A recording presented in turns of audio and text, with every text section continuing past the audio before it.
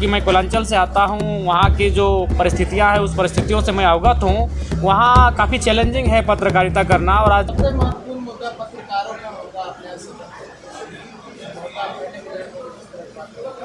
देखिए, चूँकि हम कोयलांचल से आते हैं और हम देखते हैं कि जब वो चाहे अवैध कोयले पर रिपोर्टिंग का मामला हो, ब्लॉक में व्याप्त करप्शन पर रिपोर्टिंग का मामला हो, तो कहीं ना कहीं जब रिस्की विषयों पर पत्रकार अपनी पत्रकारिता करते हैं तो उन पे भी खतरा मंडराता है। और कुछ दिनों पूर्व हमारे एक मित्र है, वो पत्रकारिता के साथ क्षेत्र से जुड़े हैं, उन पर हमला भी किया गया था, हालांकि मामूली चोटें आई थी। तो मेरा चूँकि मैं कोयलांचल से आता हूँ, वहाँ की जो परिस्थितियाँ हैं उस परिस्थितियों से मैं अवगत हूँ।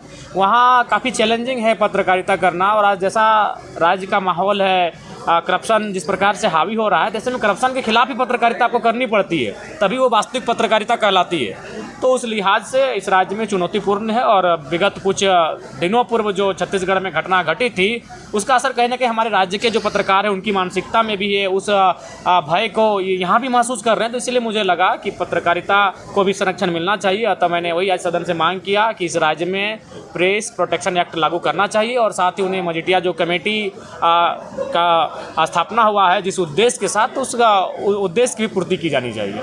जनप्रतिनिधियों के द्वारा ही तो पत्रकारों को दिया जाता है।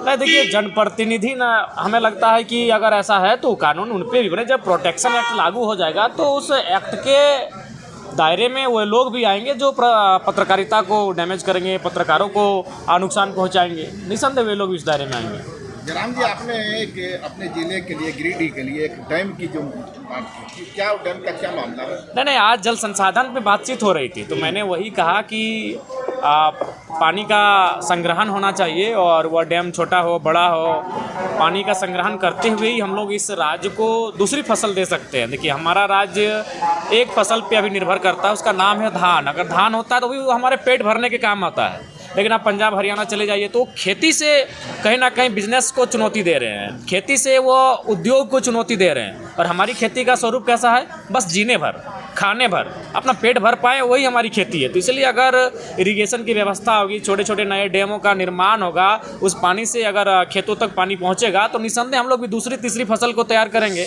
और उससे क्या है कि हम लोग भी कहीं ना कहीं जो हमारे किसान हैं वो उन्नति के रास्ते पर प्रशस्त हो पाएंगे। जयराम जी, भ्रष्टाचार को लेकर झारखंड से लेकर दिल्ली तक झारखंड भ्रष्टाचार की बात, शराब घोटाला एक है कि छत्तीसगढ़ के तर्ज पर छत्तीसगढ़ में पूरी रेखा बनी, भ्रष्टाचार शराब में बड़े पैमाने पर, आप कैसे देखते हैं? देखिए, शराब तो इस राज्य की दुर्दशा का एक प्रमुख कारण रहा है, इस बात से इनकार नहीं किया जा सकता है।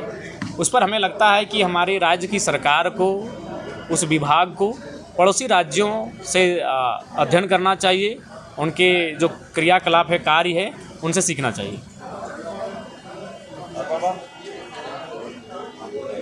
ठीक है जयराम जी, आज सत्ता पक्ष की ओर से जो जवाब आ रहे हैं, उसमें खासकर पलामू में जो ई रिक्शा का जो मामला था, खरीद अनियमितता का मामला था, अमित महतो ने 3 पुल ढाने का जो मामला उठाया, तो सत्ता पक्ष से जो जवाब आ रहा है, क्या वास्तव में संतोषजनक है? नहीं, संतोषजनक नहीं है। ये सच्चाई है कि जो अभी टेंडर उन्हीं का मैनेज होता है जो विभाग को मैनेज करते हैं, जो बहुत अंदर खाने से सहयोग करते हैं, तो उन्हीं का टेंडर मैनेज होता है, जो कि दुर्भाग्यपूर्ण है। और उसके बाद क्या होता है कि चूँकि उनका पैसा मैनेज करने में लग जाता है, उस लिहाज से तब गुणवत्तापूर्ण कार्य नहीं हो पाता है। उसी का परिणाम है कि आज जो भी सड़क की बात हो, पुल की बात हो, उसमें कहीं ना कहीं बहुत सारे व्यवधान उत्पन्न होते हैं। जयराम जी, आपसे संगठन से रिलेटेड एक सवाल है। जैसे कि आप कोयला बालू को लेकर आवाज़ उठाते हैं, आपके संगठन के लोग भी जो है उस चीज़ों को लेकर, उसका अवैध चीज़ों का विरोध करते हैं, और जो लोग विरोध करते हैं, मान लिया सिल्ली की बात करें तो देवेंद्र नाथ में तो विरोध कर रहे थे, उसको जो लगातार धमकियाँ मिल रही हैं।